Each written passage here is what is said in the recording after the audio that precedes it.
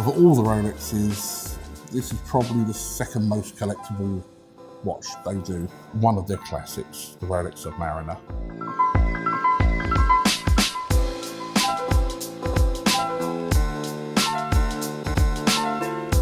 First launched back in 1954,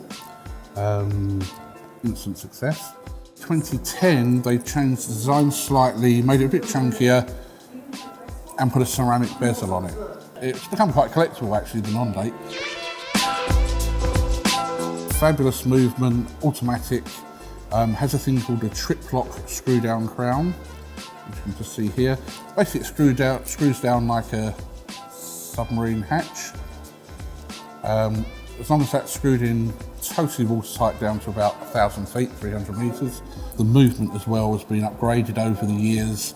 It's now got a silicone hairspring, a lot more non-ferrous metals in there, so it's considerably anti-magnetic. Comes on the oyster bracelet, only the oyster bracelet. Comes in various guises, either all steel and gold, or 18 karat gold.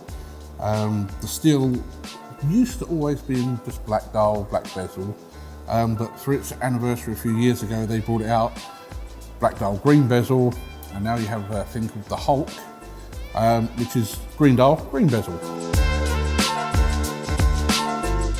Various luminaries wear it, such as Robert Downey Jr., I believe many footballers will wear this watch, and Johnny Depp, I believe.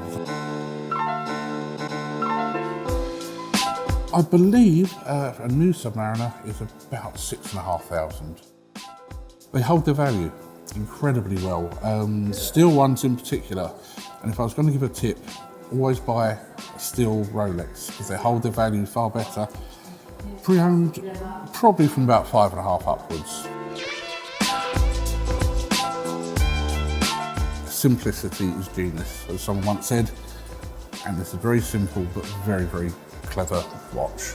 For me, it's the iconic diver's watch. Click here to see our videos on other Rolex models, and click here to see more on the Burrells website.